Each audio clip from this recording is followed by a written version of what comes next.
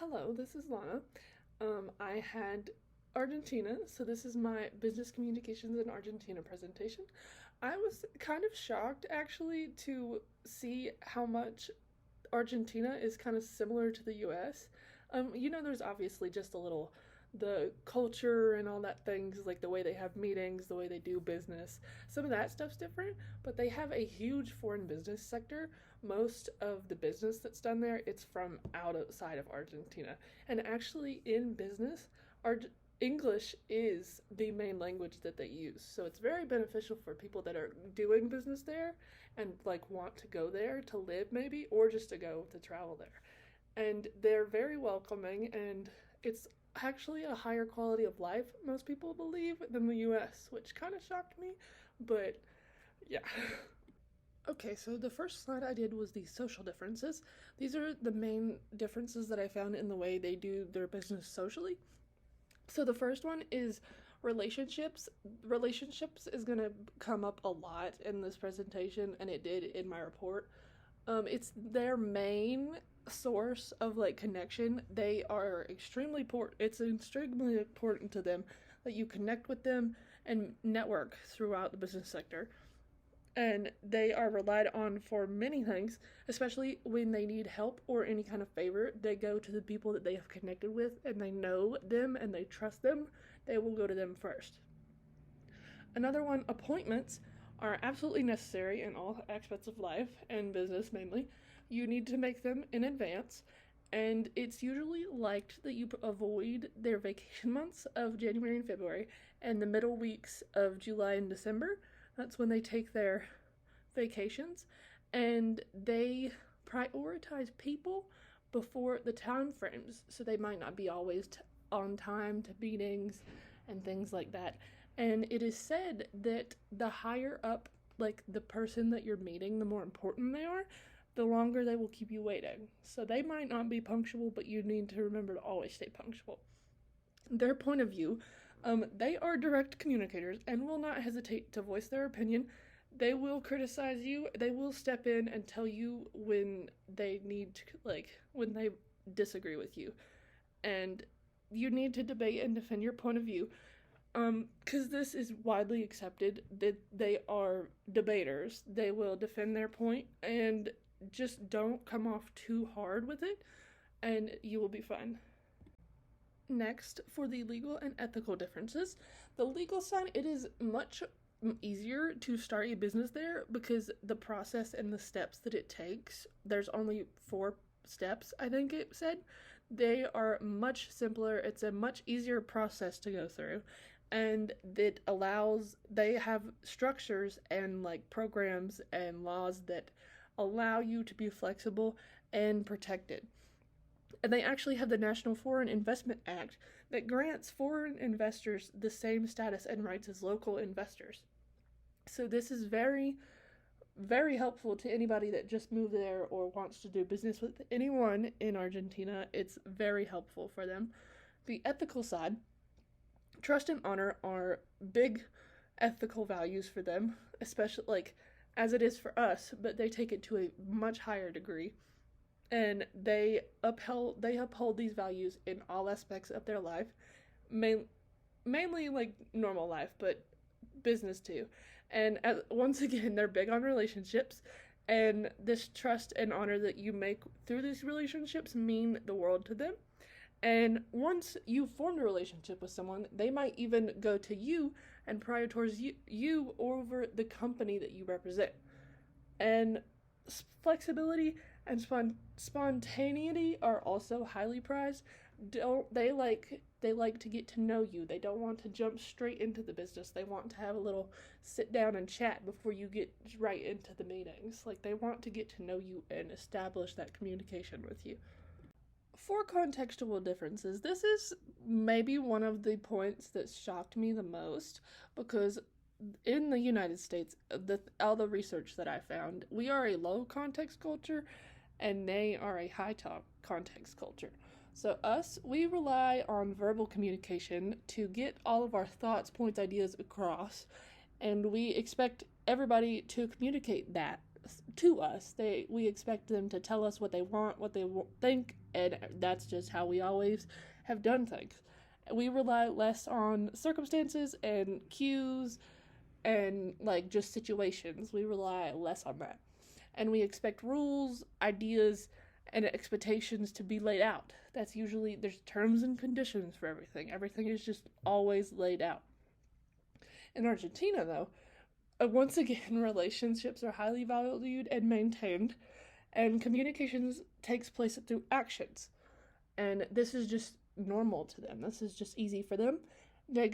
Their meetings are for idea sharing and discussions, not making decisions. They don't make decisions in their meetings because all their decisions are made by those at the top of the ladder. So that's why it might take longer to do business in Argentina, because once you discuss something, the idea has to get pushed up all the way up the ladder through all the different people to get accepted. So it does take a little bit longer, but it's kind of pays off in the long run.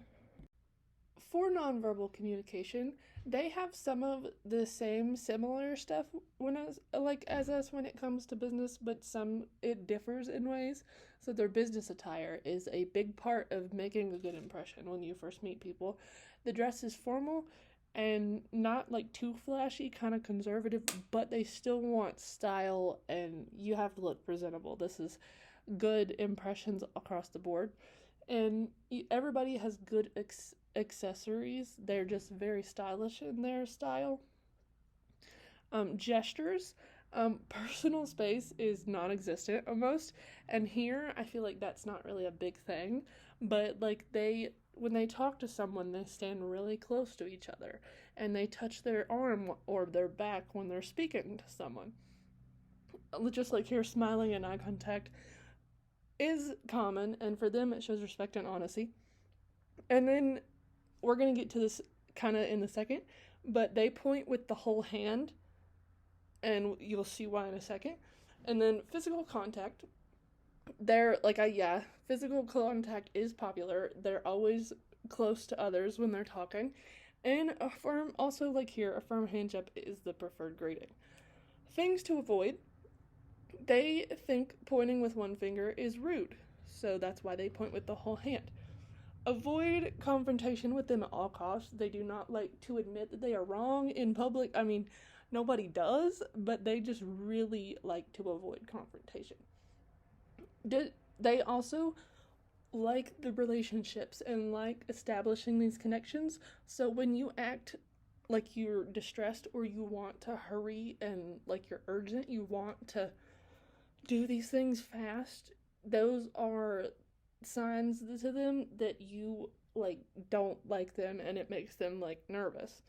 Hands on your hips, they think that kind of like here, it's like you think you know what you're doing too much, like you're kind of cocky with it. And different from us, the okay sign or a thumbs up is vulgar, so that is also something to really avoid. Okay, so for gender differences, it's kind of similar to the US, but theirs is just a little like worse, I would say. So they obviously, like here, have fewer women in high ranking and senior positions.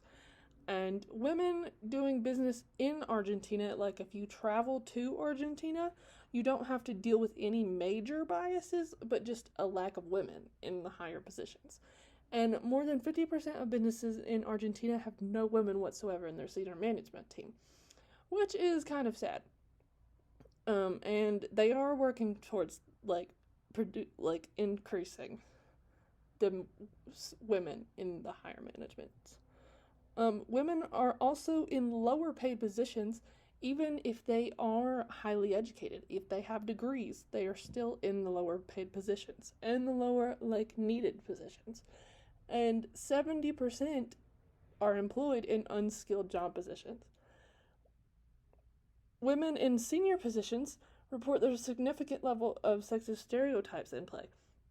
For example, if you are in a meeting with mostly men and you are the, say, only woman in there, they will address the men directly, but not you.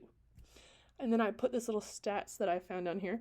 Women in Argentina in senior positions is 20%, and here in the US is 32.2%.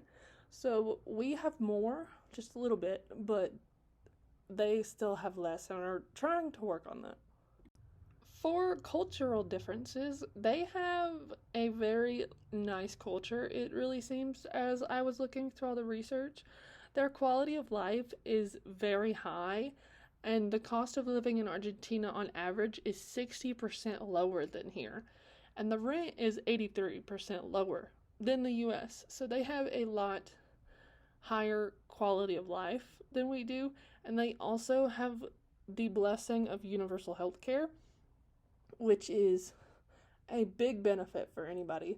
Like, you have to pay for the medications, but still, all of the, like, any kind of treatment that you need is free. You just pay for the medicine. But this is a huge benefit for anybody looking to move there, travel there, do business there, any of that. Their lifestyle, they have a diverse culture, and it provides them with so many opportunities. The people are outgoing, welcoming, loving. Everybody that has went there has noted this. And it's famous for its food and wine, and music and dance, as it is the birthplace of tango. And they also have a strong passion for football, soccer, and the breathtaking landscapes in this beautiful country. For age differences, it's not really a big factor, just like here in the United States. The minimum age to begin work is 14 with parent authorization. I think it might be 16 here, but it's kind of similar. Minors between the age of 14 and 18 can only work up to 6 hours a day, and they're also entitled to the same minimum wage as everybody, 21 and up, like anyone. They are all entitled to the same minimum wage, and all the workers there have equal protection under the employee laws. So it's very beneficial. And retirement, women can retire at 60 and men retire at 65, but both can choose to work till 70. I think that's pretty nice. And employers can only terminate employees once they've reached 70 and they have completed 30 years of employment. And they will still receive 1 year of paid salary after that. So it's pretty nice if you want to do business there, work there, or just live there. For the conclusion, I believe that doing business with a company in Argentina is a good decision after all of this research that I have done. The reasons for this being their relationships are highly valued there, and they put people before the business, which is a really big thing that I think everybody should do, and we do not do enough. Foreign investors are granted the same status as the local investors. Like, you have the same rights as them, the same status. That is a huge benefit for anybody looking to do business there. Defending your point of view is common, and directly communicating is widely accepted. That is something that we need to, because here in America, people are very opinionated and they want to get their point of view across. It is accepted there. It is something that they do all the time. So I think this would be very beneficial to do business there, because this would be possible. And there's a high business sector. There's already foreign investments everywhere, and English is widely spoken. It is the main language that they do business in. So you don't have to, I saw that people there respect when you try to learn their language and try to make that effort, but English is widely spoken. And lastly, there are minimal legal restrictions in place for foreign businesses. So when you go to do business there, there's not as many restrictions as you would have anywhere else.